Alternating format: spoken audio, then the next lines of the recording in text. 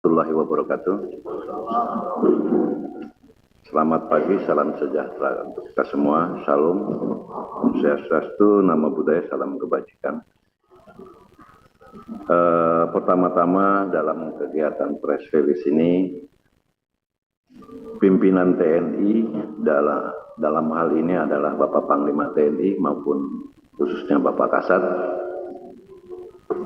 menyampaikan rasa bela sungkawa yang sebesar-besarnya kepada institusi Polri, khususnya untuk keluarga korban AKP Anumerta Lucianto, kemudian Aibda Anumerta Petrus Aprianto, dan Bribtu Anumerta Galib Surya Gandana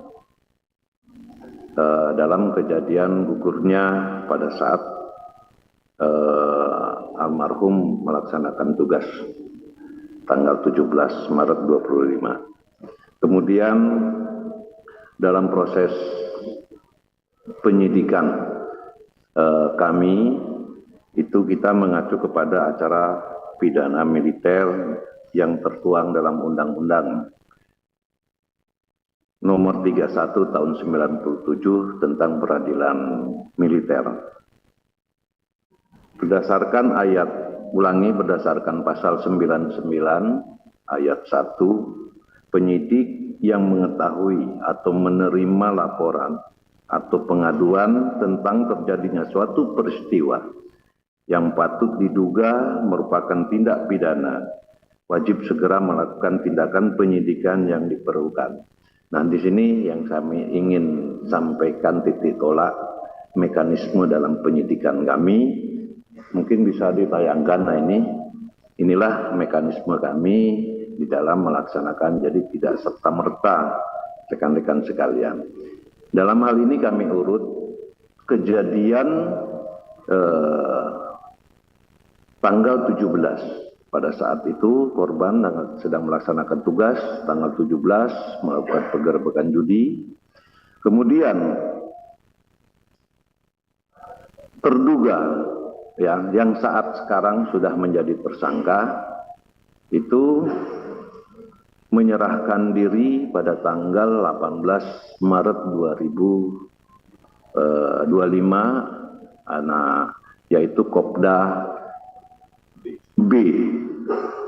Kemudian tanggal 19 Maret 2025 tersangka kedua itu Peltu YHL itu menyerahkan diri di Batu Raja, sehingga anggota kami di Subdepom Batu Raja yang menjemput dan membawa ke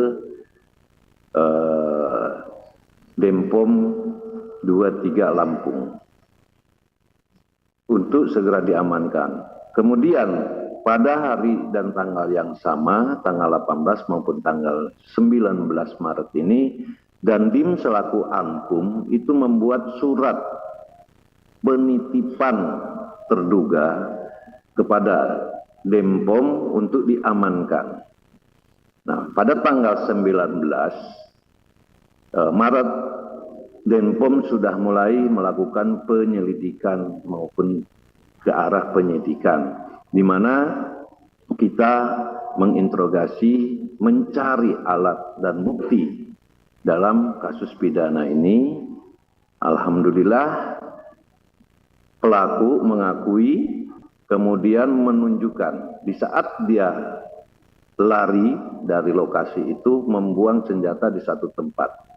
Akhirnya tanggal 19 Maret siang hari, anggota Denpom melaksanakan pencarian barang bukti tersebut, dan syukur alhamdulillah ditemukan. Mungkin fotonya ada. Nah, ditemukan di sini. Nah, setelah alat bukti dan barang bukti kami temukan dan hasil pemeriksaan tersangka mengakui perbuatannya, maka dan Denpom koordinasi kepada Polda maupun Polres untuk meminta laporan secara resmi ke kami dalam rangka untuk menentukan tersangka dan melakukan proses hukum lebih lanjut. Dan itu dilaksanakan pada tanggal 22 Maret 2025. Anggota dari Polsek Negara Batin atas nama Aibda Wara Andani telah membuat laporan polisi kepada kami tentang laporan polisinya tentang tindak pidana penembakan terhadap 3 orang korban yang saat melaksanakan tugas. Kemudian Brigadir Polisi Rio Dael Agusto telah membuat surat laporan polisi yaitu tentang kasus perjudian yang diduga dilakukan oleh Peltu YHL. Tanggal 22 ini berdasarkan laporan polisi ini, maka penyidik melakukan SOP-nya atau mekanisme dalam penyidikan itu membuat surat permohonan kepada Ankum, yaitu Dandim. Nah, atasan yang berhak menghukum Dandim untuk mengeluarkan surat penahanan sementara dalam rangka proses penyidikan. Pada tanggal 23 Maret 2025, Dandim mengeluarkan surat penyerahan perkara untuk penyidikan dan penahanan sementara. Sehingga di tanggal 23 Maret 2025, resmi kedua tersangka ini kita jadikan sebagai tersangka untuk penyelidikan lebih lanjut. Kemudian setelah Denpom ataupun Pomdam 2 Sriwijaya menerima laporan tersebut, maka kami laporkan kepada Bapak Kasat dan Bapak Kasat memerintahkan kami untuk melindaklanjuti membentuk tim supervisi dan percepatan dalam penyidikan ini. Maka kami koordinasi dengan Kadipropam dan alhamdulillah pada tanggal 24 Maret 2025 sore hari kami beserta Karoop Propus Mabes Polri, Brigadir Jenderal TNI Polisi Pamen Simanjuntak bersama dengan Danpus Sintelat dan bersama Sintel Mabesat, tim ini datang ke Lampung. Kemudian malam hari kami membedah permasalahan apa saja, apa mungkin yang akan kita lakukan ke depan, sehingga di tanggal 24 kemarin kami memohon kepada Kapolda untuk melihat hasil dari rekan-rekan Polri seperti apa, hasil dari kita seperti apa, kita padukan. Karena ini ada kaitannya, mohon izin Pak Kapolda, ada kaitannya kami memerlukan saksi polisi yang memang ada, termasuk yang dikatakan Bapak Kapolda, yaitu 2 anggota Polri, termasuk salah satunya tersangka yang berinisial K.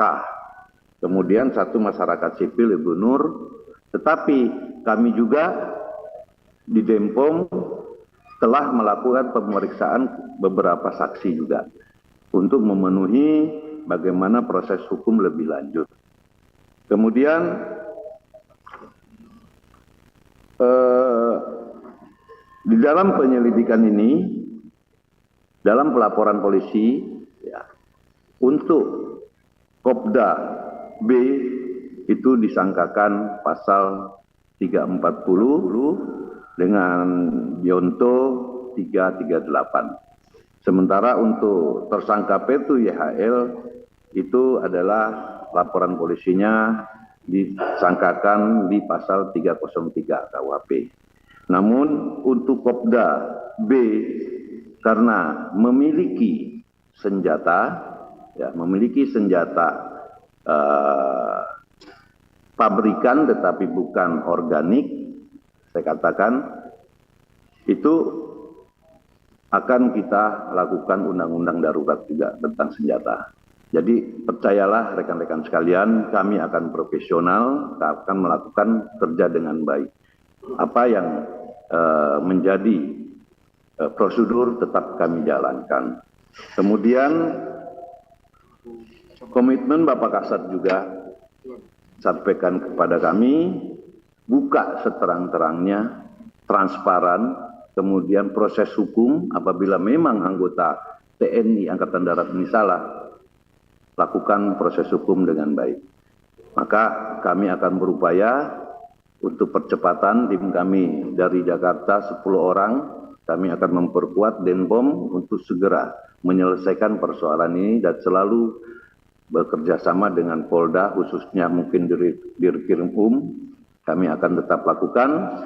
Dan jelas komitmen Bapak Kasat, kolaborasi ini harus dilaksanakan, jaga institusi kedua belah pihak yang sudah sinergitas antara TNI dan Polri, kemudian lakukan yang terbaik untuk bangsa ini. Mungkin bisa kami jelaskan seperti ini, kurang dan lebihnya saya mohon maaf. Saya akhiri. Wassalamualaikum warahmatullahi wabarakatuh.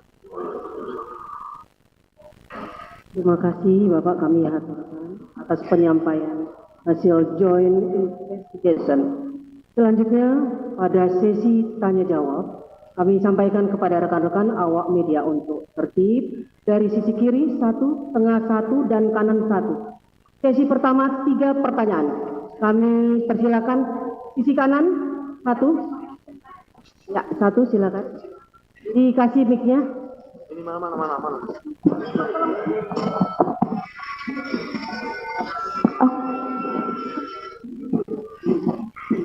Selamat pagi, selamat siang Bapak-Bapak. Izin, saya Yunika TV1 mau bertanya. Yang pertama itu saya mau izin penegasan juga Pak. Untuk yang pelaku penembakan itu berarti apakah ada kendalanya? Saya sebenarnya lebih penasaran apakah kendalanya yang membuat 2 pelaku penembakan itu sampai sekarang masih belum ditetapkan menjadi tersangka. Selain itu Sudah. Oh, penegasan, oke kalau gitu. Pertanyaan selanjutnya, maaf. Harap tenang, ya, harap tenang rekan-rekan awak media. Lanjut Mbak. Satu oknum TNI lainnya itu, saya mendengar kabarnya bahwa ada yang terjaring narkoba. Itu apakah benar? Apakah sudah dilakukan? Diulangi yang kedua apa? Salah satu oknum TNI yang melakukan penembakan itu, saya mendengar kabarnya bahwa terjaring narkoba. Itu apakah benar atau sudah dilakukan pemeriksaan terkait itu?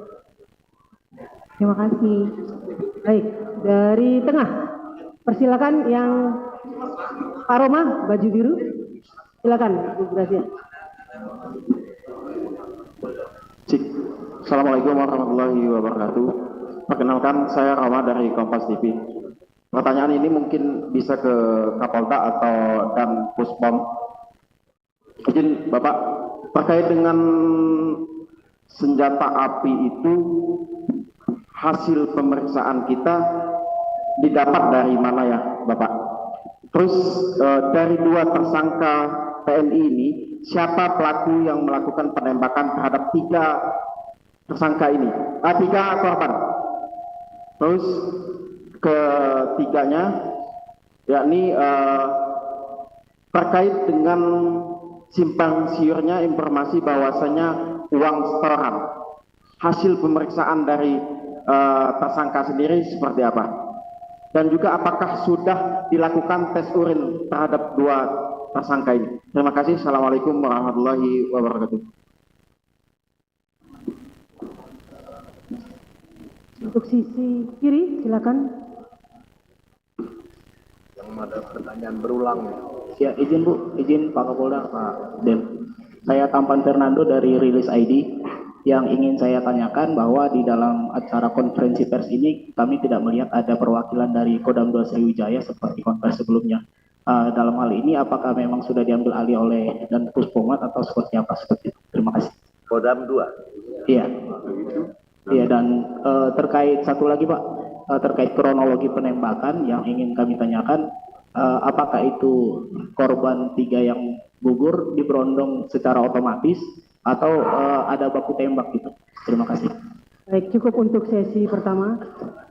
Pertanyaan kami silakan nanti. Baik. Terima kasih rekan-rekan wartawan. Yang pertama mungkin dari TV One tadi ya, bahwa kenapa apa yang menjadi kendala dari lamanya penetapan tersangka. Mungkin rekan-rekan semua sudah menyimak apa yang saya sampaikan, mulai saya urut tanggal 17 sampai tanggal 25 ataupun sampai hari ini. Inilah. Jadi 22 itu kami menerima laporan polisi, 23 kami sudah melakukan penahanan, sementara yang Ankum berikan kepada kami. Kemudian tanggal 23 itu juga sudah kami nyatakan bahwa itu sebagai tersangka. Sudah jelas, cuma 1 hari sebenarnya. Hanya kan kami untuk menerima laporan, untuk melakukan penyidikan ini harus ada laporan polisi. Makanya di tanggal 22 itu, di tanggal 21 kami koordinasi ke Polda. Koordinasi ke Polres siapa yang membuat laporan. Karena ini kami akan mengusut dan mendapatkan barang bukti ini. Nah, makanya 23 sudah dijadikan tersangka. Dan itu sudah ada, sudah dicek oleh kita tim dari Jakarta maupun dari Polda. Itu tahanan saat ini kami amankan di Denpom 23 Lampung. Kemudian untuk pelaku terjerat narkoba, kami mempunyai SOP. Di saat kami menerima tersangka atau yang terduga, itu pasti kami cek urin. Ya, kami cek urin. Nah, disaksikan oleh Bapak Danrem saat itu juga, dan itu hasilnya negatif. Kemudian melangkah kepada pertanyaan kedua, senjata api, pemeriksaan dari mana? Untuk percepatan, saat ini senjata api kemarin pada dalam Pomdam tanggal berapa pemeriksaan?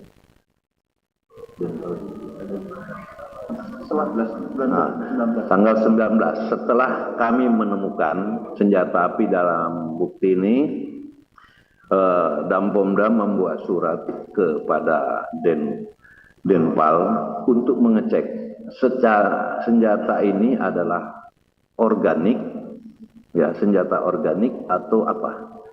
Dan hasil dari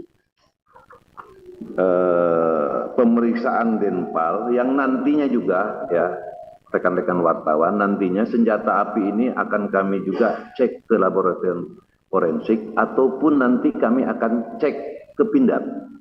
Karena di sini senjata api yang diperiksa oleh Denpal ini senjata campuran spare partnya ini. Ininya larasnya adalah FNC, tetapi yang lain-lainnya itu SS1. Jadi campuran. Sehingga patut diduga senjata ini adalah senjata rakitan karena tidak standar pabrik. Maksud kami tidak standar. Tetapi untuk lebih jelasnya rekan-rekan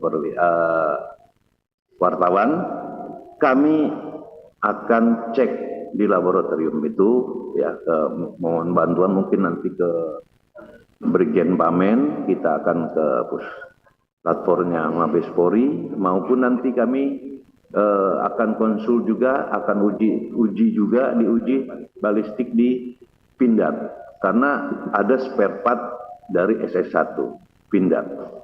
Ini akan kami lakukan. Kemudian pelaku penembakan itu siapa? Kami tadi sudah jelaskan di dalam laporan polisi. Pelaku penembakan adalah Kopda B. Dan yang bersangkutan sudah mengakui menembak 3 korban itu. Ya, rekan-rekan. Kemudian Tentang tes urin tadi sudah kami jawab. Nah, ini yang rame di media sosial masalah uang setoran. Kami belum fokus ke arah itu karena kami akan fokus kepada proses hukum ini. Persoalan yang rame dalam medsos itu biarkan saja dulu, kami beri ruang waktu kami bekerja dalam menyelesaikan persoalan ini. Kami tidak akan main-main, kami akan fokus hanya kepada proses hukum yang kami tangani. Kemudian khusus apakah pejabat Kodam 2 Sriwijaya itu diambil alih oleh tim? Tidak. Saya katakan tidak. Kami tim sebagai supervisi dan percepatan dalam membantu untuk penyelesaian penyidikan. Kalau Kodam 2 jelas di samping saya Pak Danrem, di belakang saya ada Dabomdam 2 Sriwijaya, anak buah saya, ya. Kemudian Kakumdam ada, Kakumdam ada. Jadi semuanya tergabung, Pak, ya, rekan-rekan wartawan.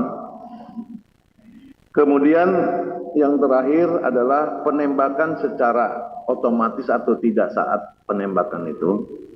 Setelah kami konfirmasi hasil yang kami periksa, hasil kami penyidikan, hasil kami penyelidikan, kami konfirmasi tadi malam. Saya katakan tadi malam tim masih bekerja, koordinasi dengan Dirkrimum, ya, Dirkrimum, tim kami bersatu mencocokkan apa yang sudah sebelumnya press release mungkin Bapak Kapolda sampaikan tentang adanya selongsong dan sebagainya. Kami hitung betul, kami analisa betul, dan ada kecocokan di dalam beberapa selongsong yang memang terjadi, yang itu nanti akan kita jadikan barang bukti yang khusus untuk pelaku dari penembakan itu. Untuk penembakan sudah jelas pengakuannya dan diakui secara terus terang penembakan dan sebagainya oleh Kopda inisial B. Mungkin itu rekan-rekan sekalian yang bisa kami jelaskan. Baik rekan-rekan awak media, kita buka sesi kedua. Cukup 2 saja. Baik, kami persilakan. Ya, yang baju biru, Bu.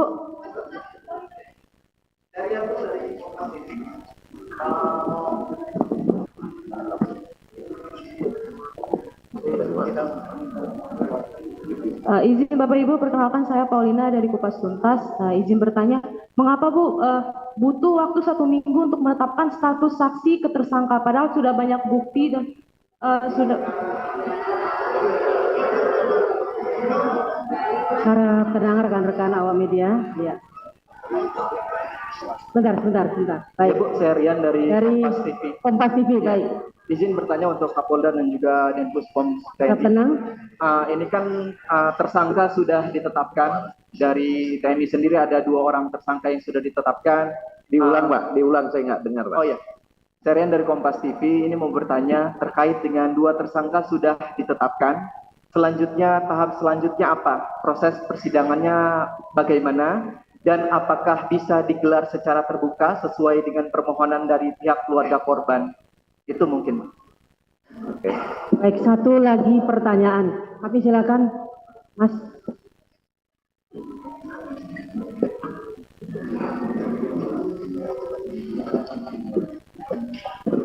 Assalamualaikum warahmatullahi wabarakatuh. Izin Komandan Jenderal, saya Dian Hadiatna dari LKBN Antara.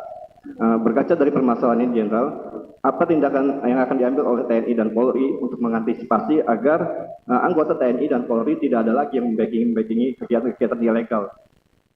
Terima kasih. Dan satu lagi terkait motif penembakan itu apa sih, Jenderal? Terima kasih. Baik, cukup 2 saja untuk sesi terakhir yang kedua. Persilakan kepada Bapak. Baik, izin Pak Kapolda. Dari Kompas TV, yaitu penetapan 2 tersangka, bagaimana selanjutnya ke proses persidangan. Saya sampaikan rekan-rekan sekalian, bahwa kami baru bekerja. Saya katakan kami baru bekerja, ya, 24, 25 karena penentuan 23, 24 kami koordinasi, 25 hari ini kami sampaikan kepada rekan-rekan sekalian, biarlah kami fokus bekerja dulu, ya. Yang jelas mekanisme kepersidangan dan sebagainya kan tadi kami sudah ada di yang kami sudah jelaskan. Jelas di sini mekanismenya. Jadi kapan ininya, bagaimana, secepatnya kami akan berupaya secepatnya. Nah, untuk proses persidangan pengadilan militer itu terbuka untuk umum, di mana Panglima TNI maupun Bapak Kasat sudah menyampaikan yang kami sampaikan tadi, bahwa buka seterang-terangnya dan transparan, dan itu menjadi titik tolak kami bekerja. Kami akan melakukan yang terbaik untuk bangsa ini, untuk institusi TNI maupun untuk institusi Polri. Kemudian motif penembakan, sekali lagi kami belum bisa jawab karena kami baru mendalami. Mulai hari ini kami sudah akan kerjakan sebagaimana proses hukum ini berjalan. Biarlah kami melakukan pekerjaan kami, beri ruang waktu kami, yang nantinya pasti akan kami sampaikan juga bahwa proses ini sudah ada perkembangan selanjutnya. Bahkan mungkin sudah kita kirim ke auditor militer nantinya untuk segera disidangkan. Nah, kemudian yang masalah ke depan tadi dari rekan-rekan ini, mungkin mohon maaf, mungkin Pak Kapolda saja yang jawab. Terima kasih.